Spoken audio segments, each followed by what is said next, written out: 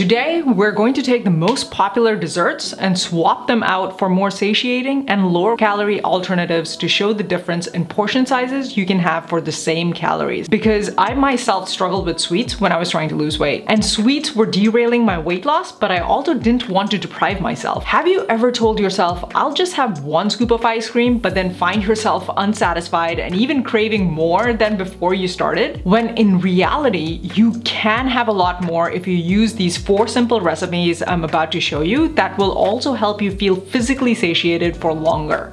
Let's start with the cold stuff. A typical plain Haagen-Dazs ice cream is 340 calories for a 2/3 cup serving, but we are going to make one that's half as many calories for the same volume. All you need is 2 frozen bananas. You can pre-chop them and freeze them in a plastic bag ahead of time, as I've done here. Put them in a high-speed blender and add 1 teaspoon of vanilla extract. You can also add other spices for more flavoring. My favorites are cinnamon, ground ginger, and cardamom. I'm going to use cinnamon here for mine. Then blend until smooth, scraping the sides as needed. If it's difficult to blend, you may want to add 1/4 cup of any milk of your choice like I'm doing here. Once it comes out smooth like this, you've got the base for your ice cream. At this point, you can add more flavors. If you want a chocolate ice cream, add in 1 tablespoon of cocoa powder and blend once more. If you want peanut butter, you can add 1 tablespoon of peanut butter, or for a lower calorie version, use 1 tablespoon of powdered peanut butter like PB2. And finally, add any frozen fruits to taste. If you like soft serve, you can eat this immediately after blending. Otherwise, freeze it for about 2 hours before serving. You can also freeze it for longer and will just need to let it defrost at room temperature for 15 to 30 minutes before ready to eat. This one I made comes out to be 263 calories. Compare that to 263 calories of the Haagen-Dazs ice cream, which is only this much. Now, if you don't like bananas, adding flavorings like cocoa powder can help mask the banana flavor. You can also try using 2 cups of frozen blueberries or cherries instead of bananas. It won't have the same creamy texture, but it will still provide thickness. To turn this ice cream into a milkshake recipe, simply decrease the fruit and increase the milk. You will need 1 frozen banana or 1 cup of other frozen fruit like blueberries or cherries, 1 cup of milk of your choice. My personal favorite is vanilla soy milk. I find it gives it the best milkshake-like taste and consistency. For greater satiety, you can also add something high in protein, like a scoop of protein powder, or if you don't mind the tartness, a few spoonfuls of Greek yogurt. Blend it all together and you can get 16 ounces of a thick and creamy milkshake like this. This milkshake comes out to be 340 calories, almost half the calories of a McDonald's milkshake of the same size. In order to have the same calories as a McDonald's milkshake, you can only have this much in comparison. Notice 3 themes showing up here. First, we're optimizing for volume. In a typical ice cream or milkshake, what makes up the bulk of the calories is sugar and cream. However, in our swaps, we replace that with fruit like bananas and blueberries. For the same calories and sugar content, they take up more volume due to higher water and fiber content. But even if you get to eat more, what if you can't stop eating? Have you ever decided to eat just 1 portion of dessert and end up mindlessly having second and thirds anyway? That's why we want to optimize for satiety next. Most of us know that eating too much sugar and refined carbs can make us hungrier for more. And that's true if all we're having is sugar and refined carbs without other nutrients. Take store-bought desserts, which are mostly empty calories with barely any protein, fiber, or vitamins and minerals. But while fruits like bananas have sugar too, they also come with fiber and many vitamins and minerals to help slow down digestion, which provides more satiety for the body. And the protein and protein powder and Greek yogurt makes us feel even fuller. Finally, of course, we want to satisfy for taste. The question to ask is, how much is enough? Store-bought desserts use huge amounts of sugar and fat in their products in order to make them tasty and addictive. But most of us find that we don't need that much sugar to feel emotionally satisfied. Here we swapped out added sugars for the natural sweetness of fruits and spices so that they still taste sweet enough to be satisfying. Let's see how this carries over to our baked stuff now. For these next 2 recipes, we will be baking with protein powder. You can use whatever flavor you want, but I typically use vanilla flavored protein powder as a base for desserts. You can also choose any type of protein powder, although I find that a blend of casein and whey usually produces the best bakes. For more protein powder recommendations, check out this video.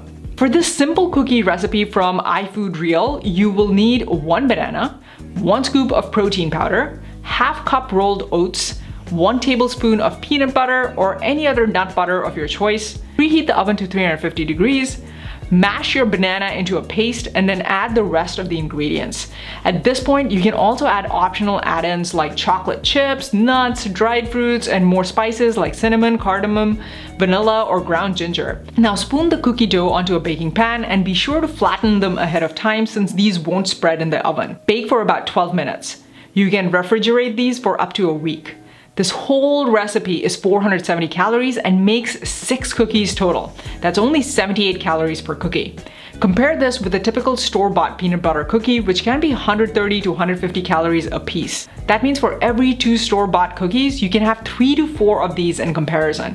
Notice again the use of banana, protein powder, and oats to substitute for typical cake ingredients like sugar and flour in order to optimize for volume and satiety while satisfying for taste like we saw earlier. For this cake recipe adapted from the Protein Chef, we will use 2 tablespoons of applesauce or 1/4 of a mashed banana, 2 eggs, 1 teaspoon of vanilla extract, 1 scoop of protein powder, a 1/4 teaspoon of baking powder, spices to taste. Preheat the oven to 350 degrees. Beat the eggs with the applesauce or bananas and vanilla extract. Then combine the dry ingredients and add it to the wet ingredients. Scoop the mixture into a cake pan or ramekins like these and bake for 15 to 20 minutes. Oh, that smells good. Afterward, you can dust it with more spices for extra oomph, like I'm doing here with cinnamon. This whole thing is 285 calories and only 3 grams of sugar. Compare this with the typical cinnamon coffee cake from Starbucks that's 330 calories and 21 grams of sugar for a smaller size. And we see again the same ingredient substitutions coming into play to satisfy the 3 criteria of volume, satiety, and taste. Enjoy! Of course, there are times when we want to eat the store-bought stuff anyway. Perhaps someone bought them for you. Can you still eat that? Yes. For example, if you want to have store-bought cookies, instead of having 2 or 3, try just pairing one of them with something that adds volume and satiety. For instance, Greek yogurt contributes to volume and satiety due to its moderate calorie to volume ratio and high protein content. Then to satisfy taste, you still get your cookie. I personally like to crumble a cookie over some Greek yogurt and enjoy it like a parfait. Similarly, if you want to eat store-bought ice cream, rather than have a cupful, try half a cup with another half a cup of fruit. Fruit contains water, which provides volume, and fiber, vitamins, and minerals, which provide satiety.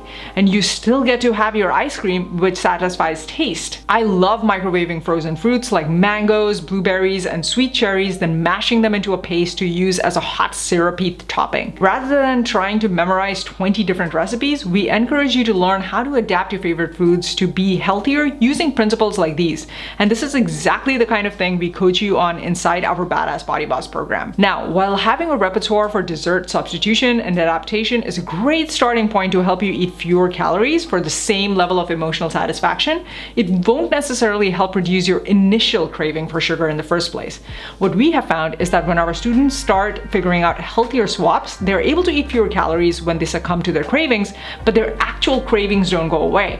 This is because they're still training their brains to respond to their emotional triggers by eating something sweet, even if it's a healthier alternative. So in our Badass Body Boss program, we first help students substitute the sweets for something healthier and then work to reduce the overall cravings for sweets, period. If this is something you want help with, check out the free sneak peek in the description and comments below. And if you want to DIY, check out this video I made on how to understand and reduce your cravings. I used what I teach here to go from having to rely on meal swaps like these to naturally being satisfied with just a few pieces of dark chocolate a day. So if you want to get to that next stage where you don't have to depend on swaps, I highly recommend watching this video. And always remember, you can do it.